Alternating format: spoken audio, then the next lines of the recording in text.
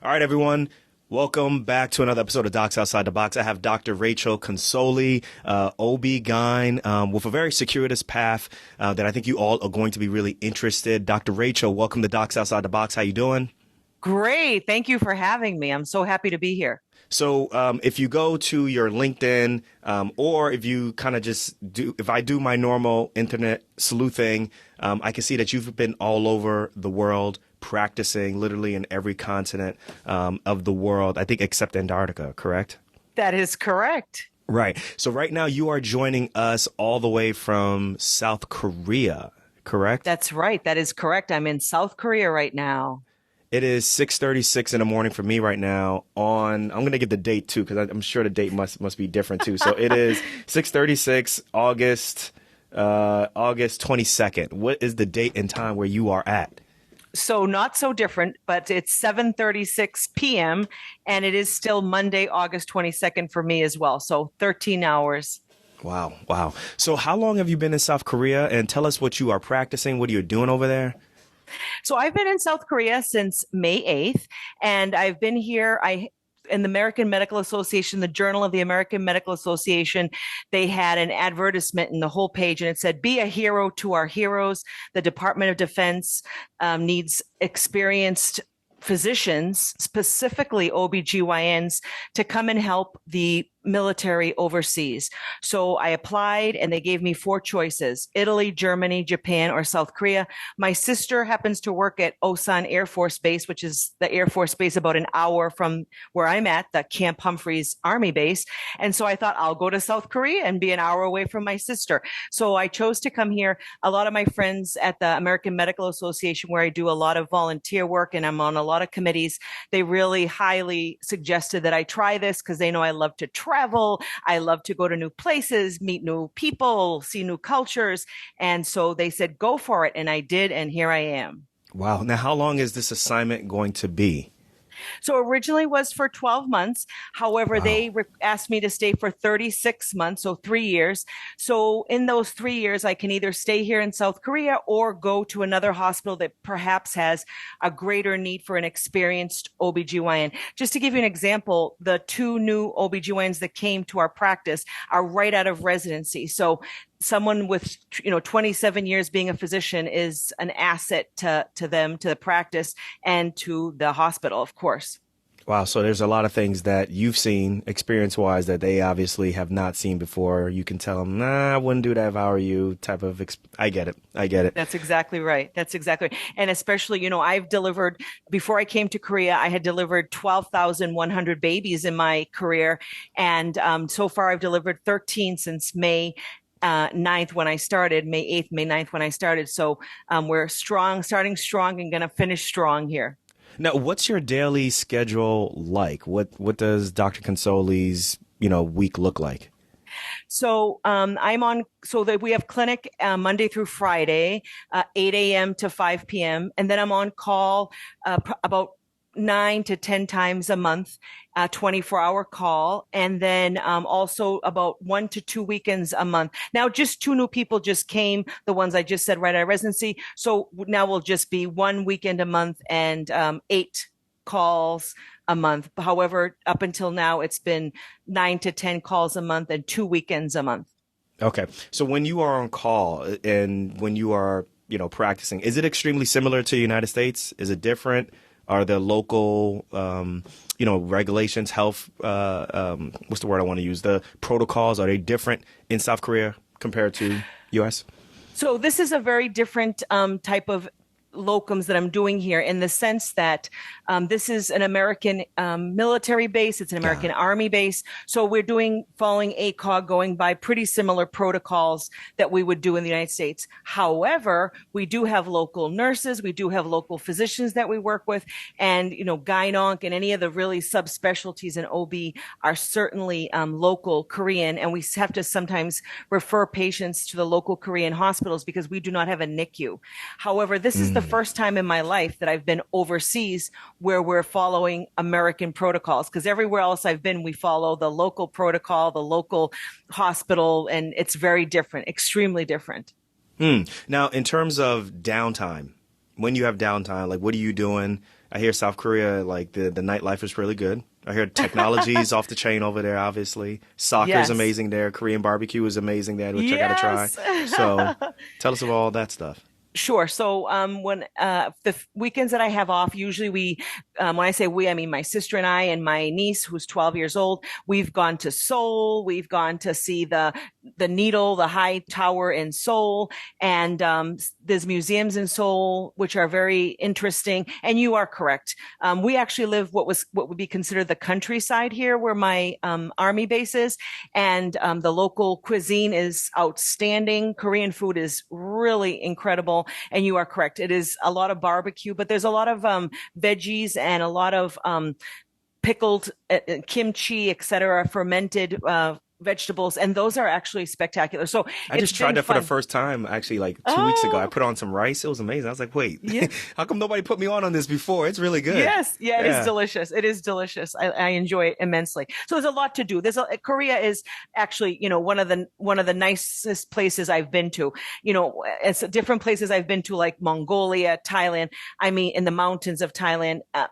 When you have a day off, it's basically you just I have the wonderful opportunity to stay in your countryside village and speak to the local people and learn more about them and their lives rather than going around. This is actually a treat for me to be here. So over this, you said it was initially 12 months. It's going to be, what, 3 years now?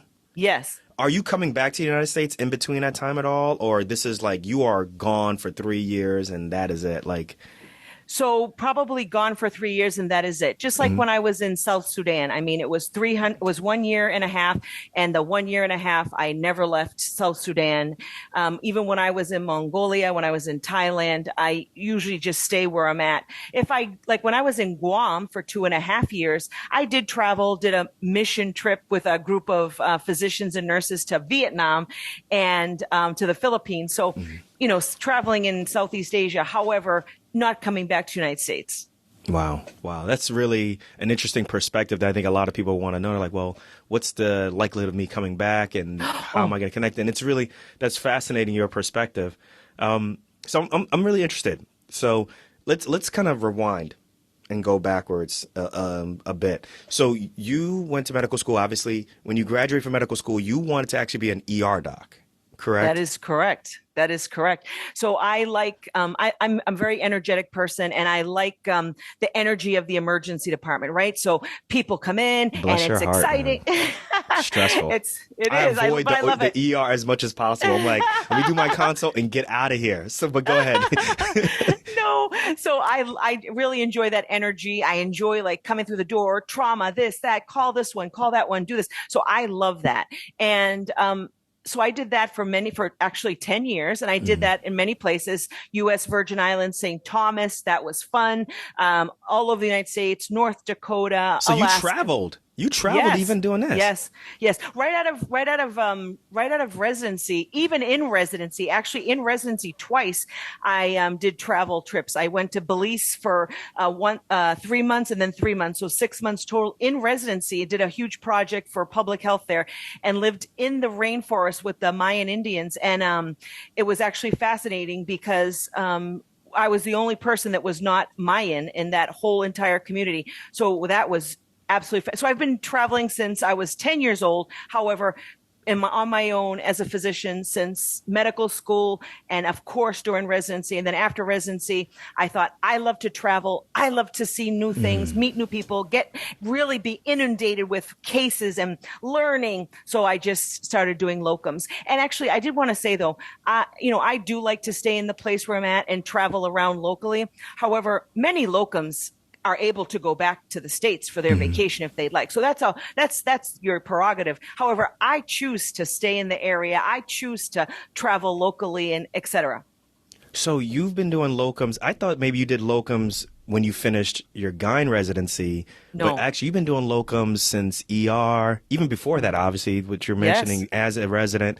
And Yes. then, like, so why locums? Like, why, like, like, what is it about locums that's so attractive to you? Like, talk, because I know you travel a lot, but talk to us about that. Because a lot of people, they're like, I just need to stay at one place, and then maybe 2, 3 years later, I'll go to another place and go from there. So I have done locums on longer terms, 1 year, 2 year, 3 years. I have done that. I've also done 1 week, 6 weeks, like in Kodiak, Alaska. I did 6 weeks as an ER physician. So it just depends on what place presents itself, where I want to go. People, friends networking. Hey, you'd be great to go to Guam. They need an OBGYN to help the underserved there, the people who have no insurance. And so it's been either presented to me or I choose. I enjoy traveling so quickly or staying longer, depending. I just get bored very easily, and I really enjoy that excitement of going someplace new. And the reason why I choose locums, and particularly I usually go with global medical staffing, is just because it's fun. They have fun places. They know my taste. They know I love doing exciting things like being the first OBGYN somewhere, being the first person to help start this project, Safe Motherhood, Decrease Maternal Mortality Rate. And so they know me very well. And but even beyond that, it's just an exciting lifestyle. I really enjoy it. So, I probably should have explained it a little bit better in the beginning. What I meant by staying 1 to 2 years, I mean like at a traditional job like that. Obviously, you have no interest in that whatsoever. Is pretty obvious. So Although go ahead, please go ahead. Oh, sorry. I was going to say, although I have, like in Boston, I consider where I work in Boston as my home base. So like when I am in between locum jobs or in between travel jobs, I do go back to Boston and work as an OBGYN hospitalist at my hospital. So they know me, but they're so wonderful to me. They let me, if I say, hey, listen, I really want to go to Guam for 2 years, they're like, all right, we know you, go ahead. So how does that work? How do they balance that with? Because I know like most hospitals are, look, we got to get staffing, right? And we need consistent staffing and blah, blah, blah, blah. Like their needs off. And I always tell this to residents and I tell this to young physicians. I'm like, the needs of a hospital is not necessarily the needs of you, right? Correct. And Correct. no, you don't necessarily have to meet their needs, but I'm really interested, like, how does all of that work? Like, how does that discussion occur that, hey, I'm out for 2 years or I'm out for this significant period of time, but I still want to stay on staff? How does that conversation even occur? Right. So that's depends. So like, for example, when I do shorter term, I do stay on staff and then I come back and I do OBGYN hospitalist work. But it just depends that, especially even in New England, which used to be the mecca of medicine, which used to have overstaffing of physicians, there is a desperate need for basically any specialty, but especially OBGYN and even ER. So when I come back, I ask them, do you have any jobs? So they say, well, actually, believe it or not, we have an OBGYN. They always have an OBGYN hospitalist job, usually available and open. So I usually take that. However, I would be willing to do just about anything when I came back, just in between traveling. Now, because I came here for a longer term and because I'm actually with the Department of Defense, et cetera. So they did request that I resign. So no problem. So I resigned, and maybe at the end of 3 years I'll go back. We'll see. I like to keep everything exciting, and I know people don't like that. People like stability, but I like things kind of sometimes like a surprise or up in the air. And I mean, not now up in the air, but I mean like in the future. And so they're very helpful to me, and I feel like I'm helpful to them because whenever I come back, they're like, oh my gosh, we need someone to do 24 hours Friday, 24 hours Sunday. No problem. So I also accommodate them what their needs are as well, as you said. Now, when you do medical humanitarian work, do you differentiate that from like locums work? Yes. Okay, so explain the difference so the audience can understand the difference of that, and tell us some of your stories. Sure. So locums work is actually very nice. So someone arranges your licensure, arranges privileges. You go someplace. Usually they pay for housing, they pay for traveling, and it has a salary, right? And has insurance, et cetera. When I do humanitarian work, I usually go with a huge organization. So no salary, no insurance, no retirement plan. And what I do is kind of see how I can arrange if they can just give me room and board. Usually they say yes, that room and board is included. And then for a couple of different organizations, I actually had to raise money myself. Like when I went with CMMB to South Sudan to run the Safe Motherhood program, because at that time they had the highest maternal mortality rate in the world. And I went there to run their Safe Motherhood program. And so I just asked for room and board. And then they said, well, you need to come up with X amount of money so that we can buy your ticket, et cetera. And I put out the word and everyone came flocking, and I made the money to be able to do that year of humanitarian work. So very different economically, very different as far as stability goes and as far as what people are able to do for you. So locums is, in my opinion, compared to some of the things I've done, very stable, whereas humanitarian work can be unstable. Like when I was in South Sudan, I was there 7 months and a war broke out where I was at. I was going to ask you about. Yes, yeah. Absolutely. There was a tribal war. And so I had to go hide in the bush for 2 weeks with the local priest. He said, come, I'll hide you. And I was like, okay. So we hid in the bush, and they were bringing me people with gunshot wounds, an old lady with a gunshot wound in the hip. And I took out the bullet and cleaned it out and all, sewed her up. But, and they brought me ladies having babies in the middle of the bush. And so I did that for 2 weeks. And then the United Nations actually came and rescued me, and they brought me to another village. And then I lived with these Italian nuns in this other village who ran like a hospital. So wait, before you even get to that point, so there was no part of you that was like, yo, I'm out after this? Like when the UN came, like, get me back to the United States? Tell me through the process of that. Yeah. Sure. So no, because I realized if I'm not there, no one's there. Mm-hmm. And even after the year, I mean, when I left, that's it. There's no OBGYN there. So that lady that had the ruptured ectopic pregnancy that I did a laparotomy on her, if I wasn't there, she would have died. Mm-hmm. The other lady who had the footling breech, who if I didn't go in there and do a stat C-section, the baby of course would have died, and she would have eventually died.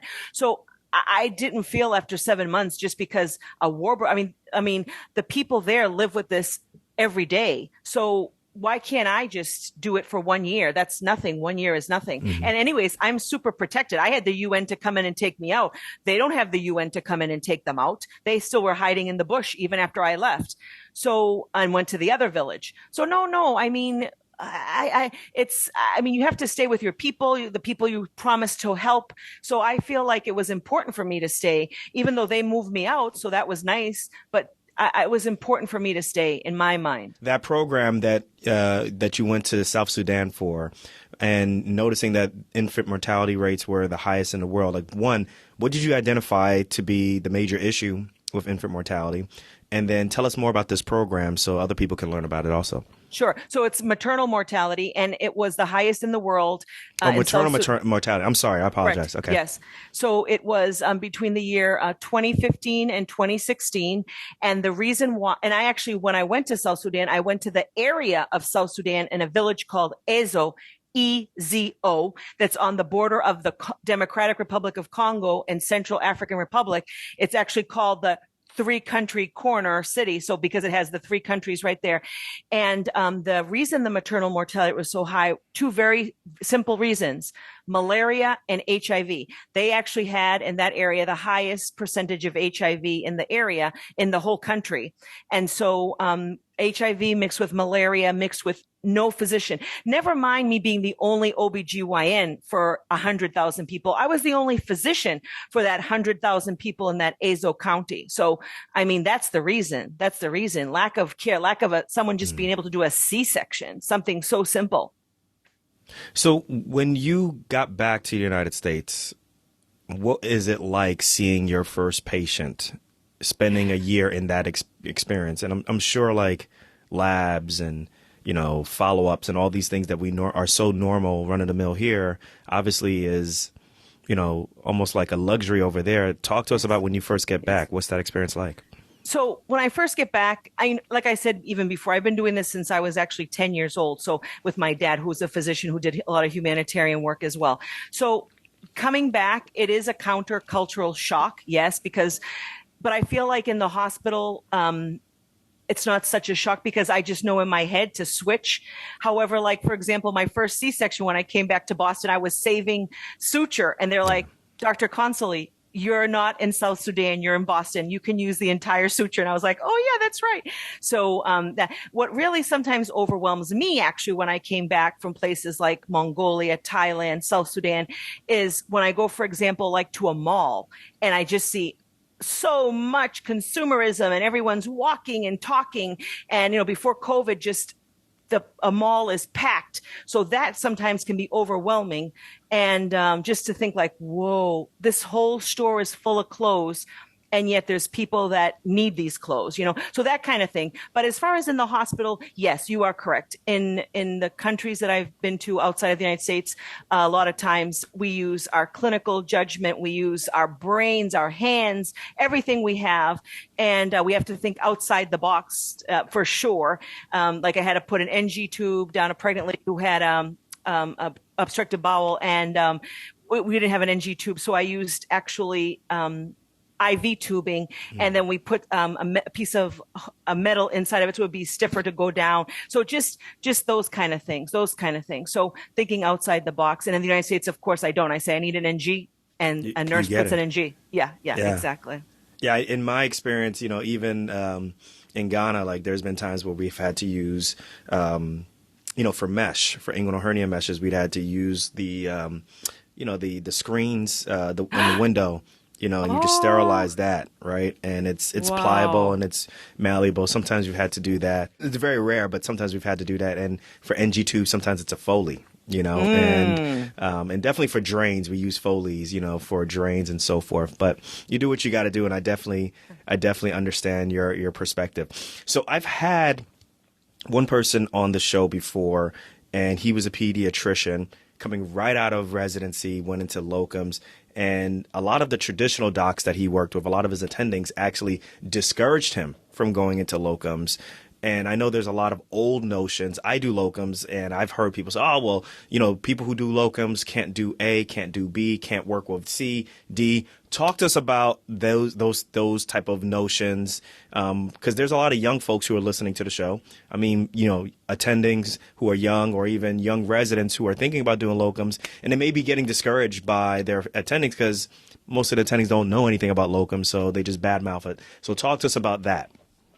Well, I have to say, I only have positive things to say about locums. And when my medical students and my residents in Boston or other places in the United States ask me, I say, go for it. Now, usually if you can go someplace, I usually tell them, try to go someplace where you're going to get a lot of great experience. So you do want to kind of do locums in the beginning with someone who perhaps is there, who does have a lot of experience, so that when that 1 in a million cases comes through the door, you kind of have someone that says, okay, let's try this and that. And then so next time when you go to someplace rural and you're the only one, you're like, oh, I did that once. So, but I really feel like locums has given me a significant amount of experience that I probably wouldn't have had if I just stayed in Boston, just taking care of, the hospital where I feel is my home base, where I grew up partly. And but I feel locums helps not only open your mind, but even when you come back to Boston after I've done locums, if I meet someone from a certain village in Haiti, I can say, hey, I went to your village. I did this. Mm-hmm. Or someone from North Dakota, I can say, oh, I've been to North Dakota. I know, in Minot, the saying is, why not Minot? Freezing is the reason. And they love it. They start laughing. Our motto. Yeah. Yes, mm-hmm. I do. So it opens you up to be a physician of the world, actually. And I feel like in my case, it has given me a lot of great experience. And the beginning, when I did locums for ER, I was sent to ERs where I was it. And then even for OBGYN, I was it. And I think that also as a physician gives you a certain sense of I have to get things done. I have to resolve because the buck stops with me and I'm it. And then also it also gives you a sense of later on when you go someplace else, a sense of, oh, okay, I have done this before. So I can do this. I can do this. And I felt for me, especially, I have only had great experiences in most of the 99.9% of the time, great experiences. And I felt like it really has enhanced me as a physician and as a human. So for me, it's only been positive. Thank you I loved your answer. Your answer was great. So for all you young folks listening, There's the answer right there. So let's go into medical volunteerism or volunteeringism, I guess, or medical humanitarian work. How do you, because I'm sure you've worked with different organizations. Mm-hmm. How do you vet them? How do you know, okay, this is a legit organization, I'm going to go and work with them and spend a year or however long with them? Yes, that's a very good question, because there are exactly places that I probably would not go, and et cetera. What I usually try to choose is some place that a colleague of mine whom I trust has suggested, or someplace I really want to go. I really wanted to go to South Sudan since I was like 11 years old. So I was trying to look for the correct place so I could go to South Sudan. And I just found this wonderful group, CMMB, and I had read a book about this Dr. Tom Dooley, who was an orthopedic surgeon who worked with them for many years in Vietnam. And I thought, oh, this is the group Dr. Tom Dooley worked with. So I went with them. And usually when you do that first interview, et cetera, you kind of know what they're doing, where they're going, and kind of know who is really going to be the most helpful and who probably you would probably want to avoid. You can tell that after a while, I would say. But mostly it's just from suggestions from other people or places I wanted to go in groups that I know have a reputation of being excellent. So that's the same organization that you had to fundraise for, right? Correct. So just so people know, just because you had to fundraise doesn't mean it was going to be a bad experience. It's just, oh no, there's, some places just don't have the funds to do. That's correct. Yeah. So that's a really, really good point. So let's talk about Utqiagvik. Excuse me. Did I get it right? Utqiagvik. Yes, you did. Yes, you did. I've been practicing it, which is the northernmost town in North America. This is in Alaska. Mm-hmm. I've been doing some research on it. It gets so cold up there that the only access that you have up there is by plane, right? Mm-hmm. And I guess the sea in that area is frozen most of the time, and is correct. Defrosts or allows ships to come through only one time a year. So whatever you need to get from there, that's it. If you can't get it through that time, that's it. Everything else has to be flown out there. And a pizza is like $20. Is that true? That is correct. That is correct. All of that is correct. So I had the incredible opportunity through locums, through Global Medical Staffing locums. They said, Dr. Consoli, we have something that's going to blow you away. So in Utqiagvik, or Barrow, Alaska, which is the most northern point of North America, you got that absolutely 100% correct. We have an opportunity for you. They need an OBGYN. They've never in the history of Utqiagvik have had an OBGYN up there stationed. Never stationed there. They've had some come in and out, but never stationed there. The family medicine physicians who are there would really like someone to come and start from the ground, just bring in OBGYN, do pap smears, colposcopies, start an OBGYN department. They are going to build a operating room for you so you can do C-sections, D&Cs, hysterectomies. So I went there, and I have to tell you though, the disappointing part, now this is part of locums, is that when I got there, everyone was gun-ho. We're starting. I saw blueprints for an OR, and unfortunately, COVID hit.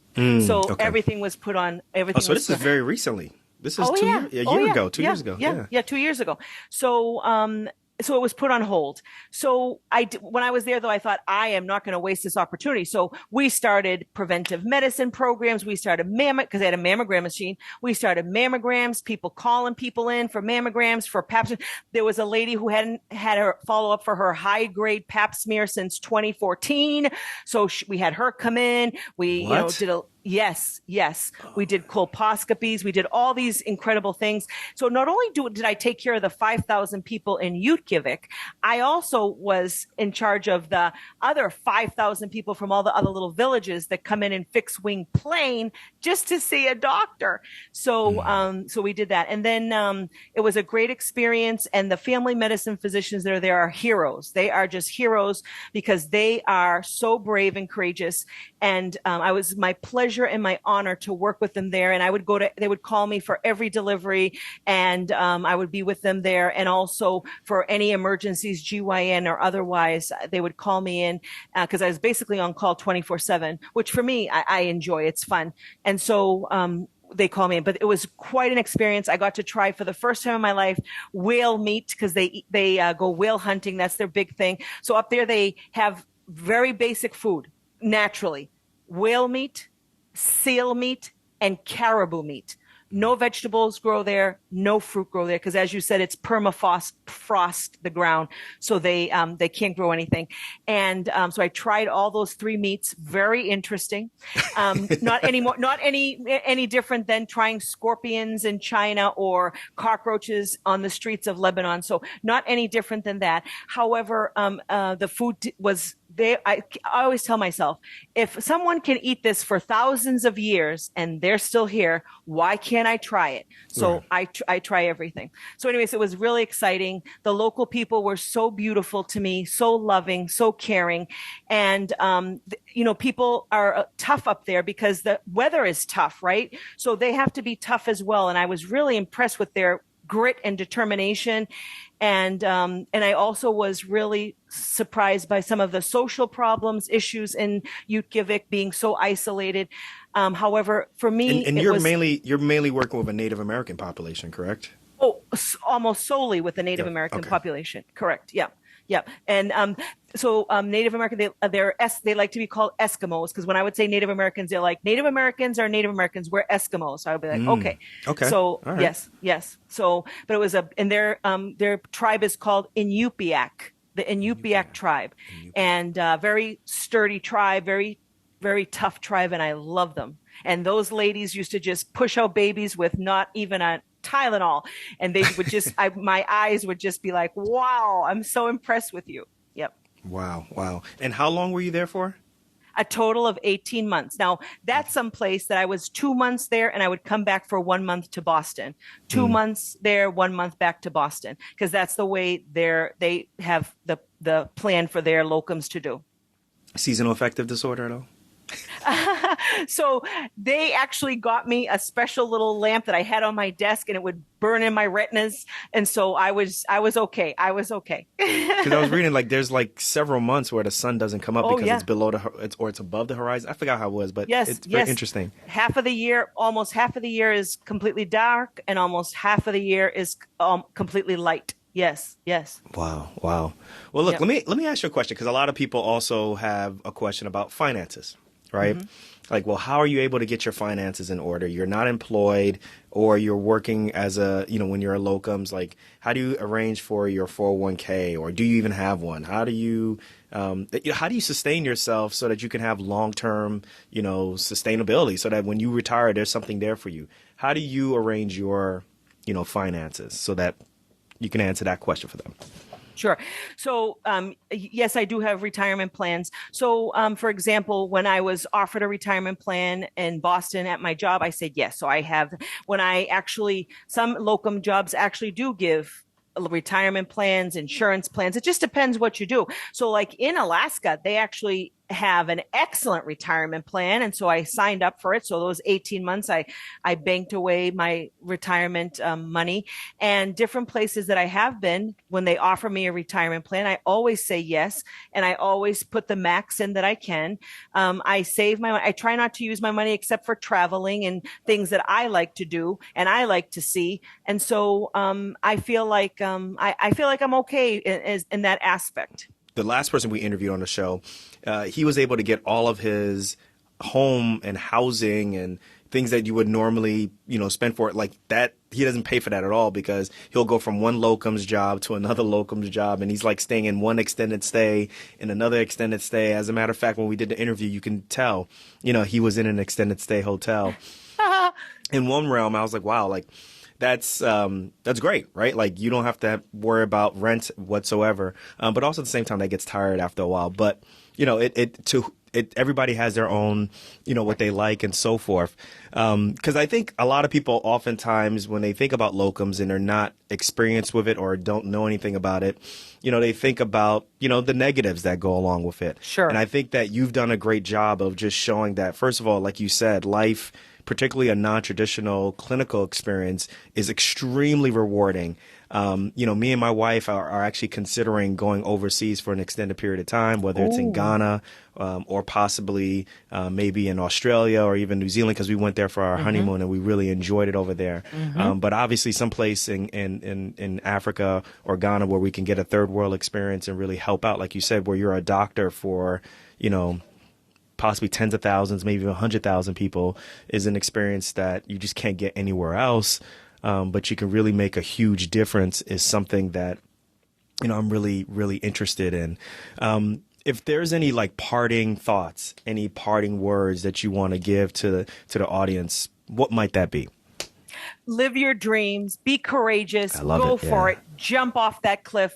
Because you know what? Like you said before, there's going to be a parachute there that's going to just help you, and you're going to go paragliding and have a blast. You don't have to do it the rest of your life. You can just do it a few times. But so many people have a desire to travel and do it. Just do it. Do it. Be courageous. That would be my last parting words.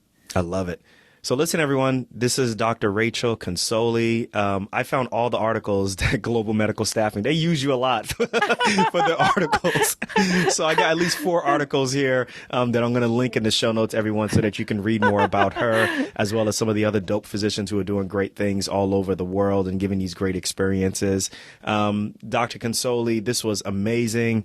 Thank you very much. Kudos to you for your experience and what you're doing, especially right now, the volunteer work that you're doing.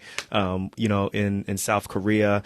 Hopefully, everything turns out okay. And I'll hopefully reach out to you maybe in the future because I might be getting some advice from you because me and my wife, Renee, she's OB, and she's OB hospitalist also. Maybe we might be doing something very similar. So Ooh, nice. Once again, thank you very much for your time and for what you're doing. Thank you so much. It's been a pleasure to be with you. Thank you.